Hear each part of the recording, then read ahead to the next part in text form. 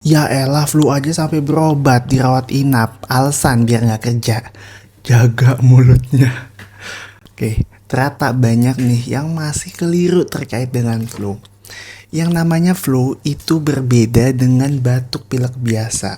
Kalau batuk biasa, istilahnya tuh selesma atau common cold. Penyebabnya adalah biasanya tuh rhinovirus. Sedangkan pada flu penyebabnya adalah virus influenza A atau B.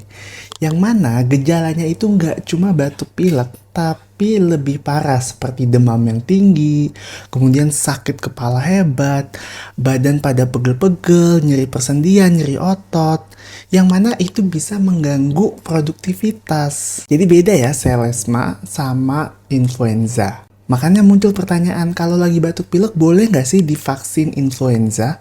Boleh-boleh aja selama tidak ada gejala yang parah. Nggak ada demam, cuma batuk pilek biasa, itu boleh divaksin flu. Nah, kamu udah vaksin flu belum? Kalau punya pertanyaan seputar vaksin flu, silahkan tulis di kolom komentar. Balik lagi, ini sih yang Farhan tahu. Kalau yang kalian tahu gimana? Follow kalau butuh info kesehatan secara gratis, semoga bermanfaat.